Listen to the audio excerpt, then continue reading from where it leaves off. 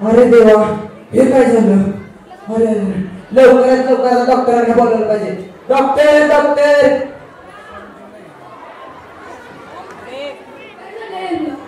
Doctor हे बघा की माझ्या भावाला काय झालं, झोपलाय आहो.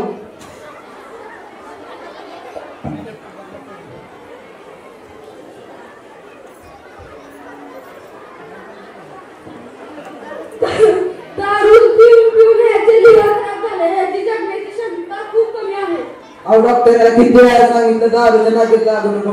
अहो या माझ्या पाच्याला तर काय झालंय, नुसता उलट्या करतोय.